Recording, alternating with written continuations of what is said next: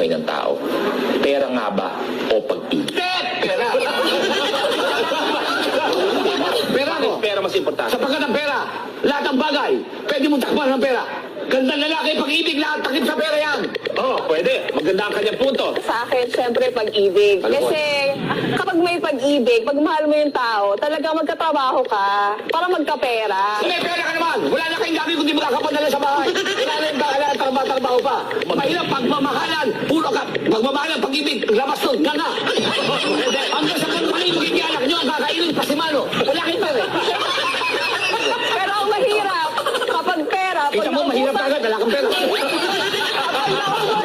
pag naubos naman ang pera mo, wala na yung pag-ibig. Hindi ka nga maubusan ng pera sapagkat yung pera mo marami. Kina-deposit mo, yung tubo lang gagastusin mo. Paano pa wala ng pera? Ang mahirap pag wala kang pera, maghihiwalay kayo. Kahit anong pagmamahalan, ipagpapalit kang minamahal mo. Pag wala kang pera,